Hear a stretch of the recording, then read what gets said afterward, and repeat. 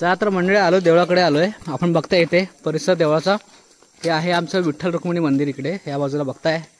आणि इकडे आहे गावदेवीचं मंदिर आहे बघा. हे आहे गावदेवीचं मंदिर आहे आमच्या. आणि बघा कशा पद्धतीने सजवले आहे इकडे परिसर. बरेचसे देणगीदार आहेत ना मंडळी सहकार्य करत असतात ह्या उत्सवासाठी. आणि त्यांचे बॅनर्स बघा इकडे लागले सगळे. हे बघा इकडे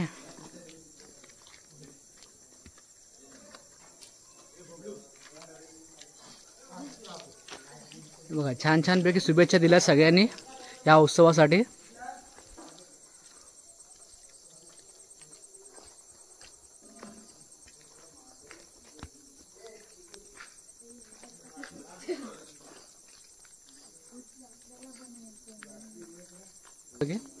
इकडे दिसतंय आपल्याला छान परिसर आहे. थोड्या वेळामध्ये इकडे सगळी मंडळी येईल आणि मग इकडे भजन होतं, आरती होते देवीची आणि गरबा पण खेळतात इकडे. बघा एका साईडला पण आहे बॅनर. बघता हे आमच्या मंडळाचं बॅनर आहे इकडे.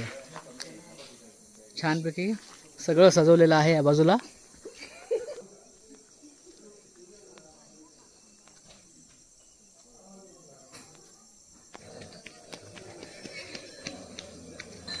हवे आपण मंदिरामध्ये जाऊया. थोड्या वेळामध्ये या ठिकाणी आरतीला सुरुवात होईल. आणि इकडे जो खाली खाली परिसर दिसतो ना इकडे भरून जाईल. सगळे मंडळी येईल थोड्या वेळाने. आपण थोडा लवकर आलोय. हे बघा इकडे समजतं की सजवलेलं आहे मंदिर.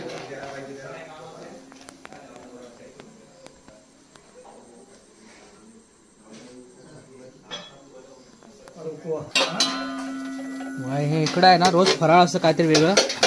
आज काय आहे योगेश? साबुदाणा वडे आहेत इकडे. इकडे सिद्धार्थ गडकड आहे. हे बघा इकडे आमचे अध्यक्ष वगैरे आहेत. राम राम. चालले तयारी.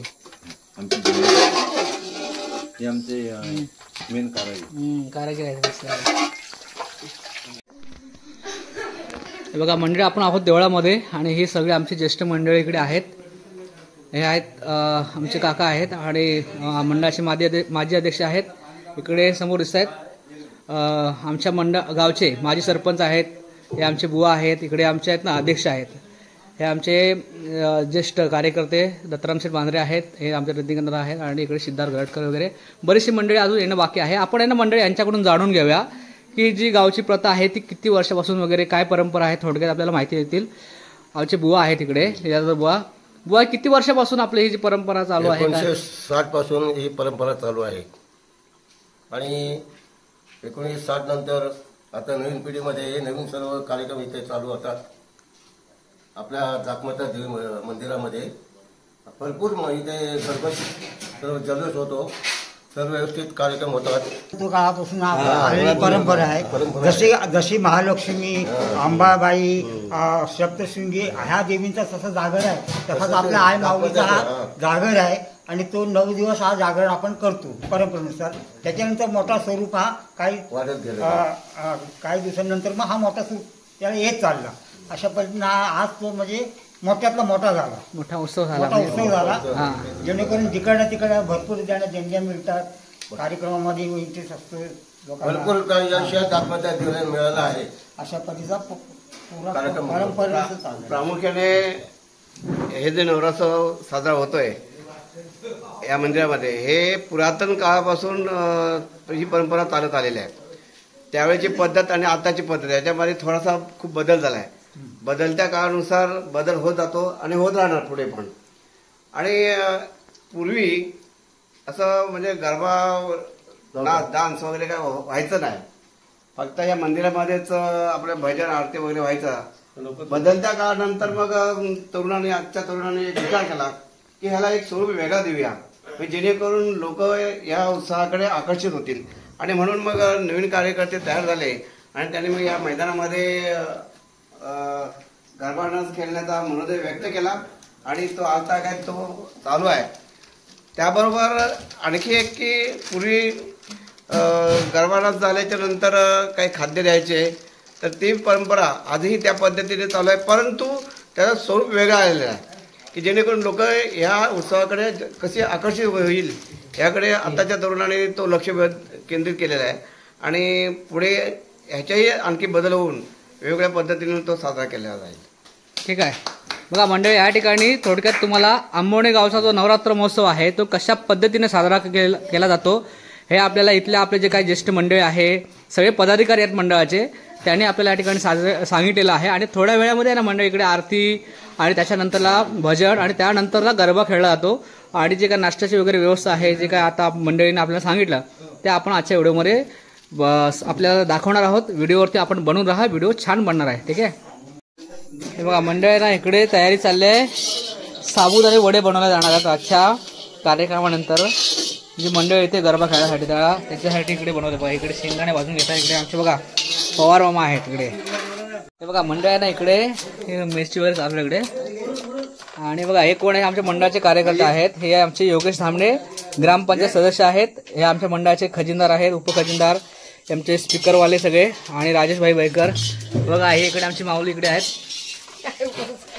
बघा विषय मंडळी काय माहिती आहे इकडे, की इथे प्रत्येक कार्यकर्ता आहे ना, जो या उत्सवामध्ये आहे ना, प्रत्यक्षात इकडे काम करतात, योगदान देतात. आणि त्याच्यामुळे हा कार्यक्रम आहे ना भव्य दिव्य असा होतो. प्रत्येकाने योगदान दिलं ना का कार्यक्रम आहे ना, कुठलाही कार्यक्रम असो गावाकडचा, तरुणांनी योगदान दिलं, सगळ्या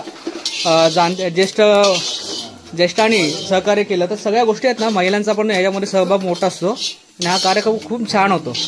तर आता आपण थोड्या वेळ बघूया. इकडे आता आरती होते आणि बघा थोड्या वेळात आरतीला सुरुवात होते.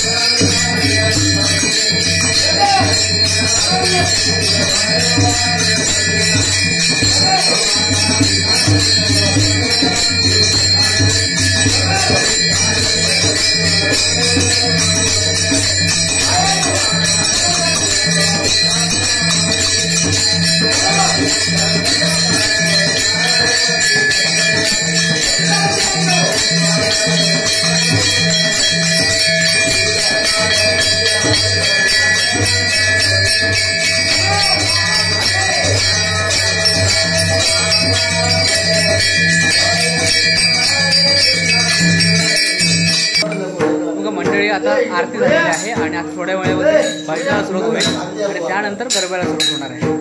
इकडे भजनाची तयारी चालली आहे. पाठीमागे इकडे आहे ना भजनाची तयारी चालली आहे. या ठिकाणी बघता थोड्या वेळामध्ये ना भजन त्यानंतर आपण बघूया गरबा आणि त्यानंतर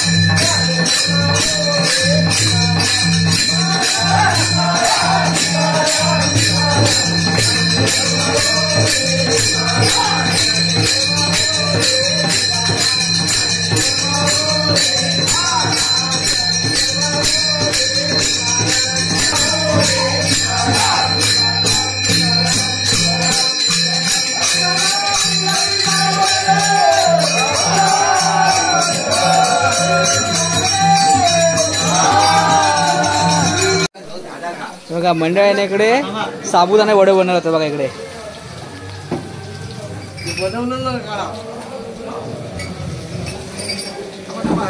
आणि आता छानपैकी आहे ना साबुदाणे बनवतात इकडे बघा.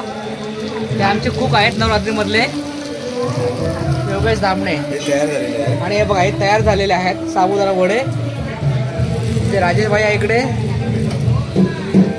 भगवान मामा इकडे आहेत आणि आमचे क्रिकेटचे कोच बघा इकडे संतोष गरिमा बसलेत. हे दरवर्षी न चुकता येतात नवरात्री महोत्सवासाठी आणि खूप प्रचंड अशी मेहनत घेतात हा कार्यक्रम सक्सेस करण्यासाठी.